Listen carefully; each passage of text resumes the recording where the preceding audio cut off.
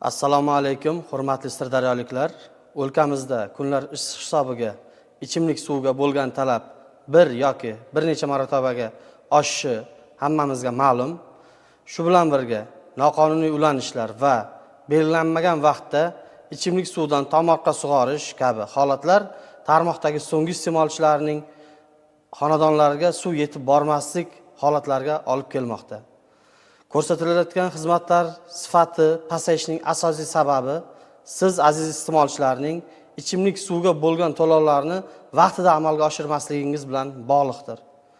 2025-yil 1-may holatiga Sirdaryo viloyatida ichimlik va oqova suv xizmatlari uchun ko'rsatilgan xizmatlardan yuzaga kelgan qarzdorlik 34,5 milliardni tashkil etadi.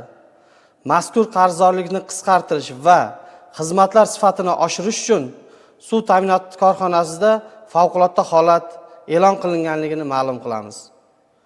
Bugundan boshlab viloyat hududidagi barcha suv ta'minoti korxonasi xodimlari qarzdorlikni undirish, noqonuniy holatlarni aniqlash, qonun ijrosini ta'minlamagan har qanday iste'molchini tarmoqdan uzish ishlariga safarbar qiladi.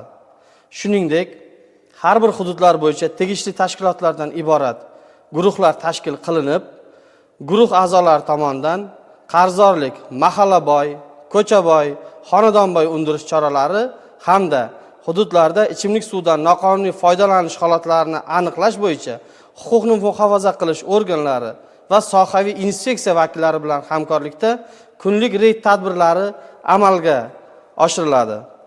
Aniqlangan noqonuniy holatlar bo'yicha qonunda belgilangan tartibda ma'muriy va jinoiy choralar ko'riladi. Shu munosabat bilan barcha iste'molchilarni mavjud qarzdorliklarni tez fursatda to'lash, har oyda belgilangan muddatlarda xizmat to'lovlarini o'z vaqtida amalga oshirishga chaqiramiz. Yana bir jihatga e'tibor qaratishingizni so'rayman.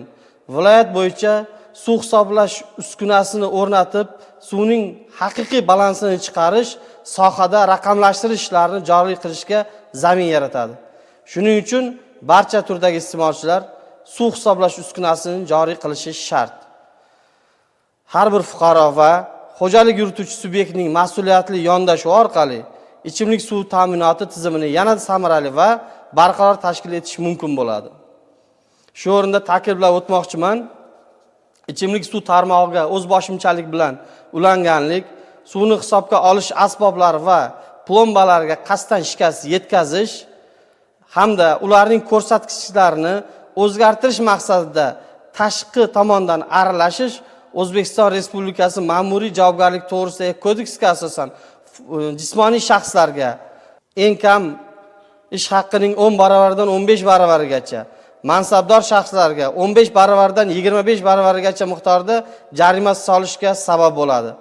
Bundan tashqari, jismoniy va yuridik shaxslar tomonidan tijorat maqsadlarida amalga oshirilgan mazkur qoidabuzarliklar o'g'rilik deb baholanib, huquqni muhofaza qiluvchi organlar tomonidan O'zbekiston Respublikasi Jinoyat kodeksining 169-moddasi 2-qismiga asosan jazolanadi.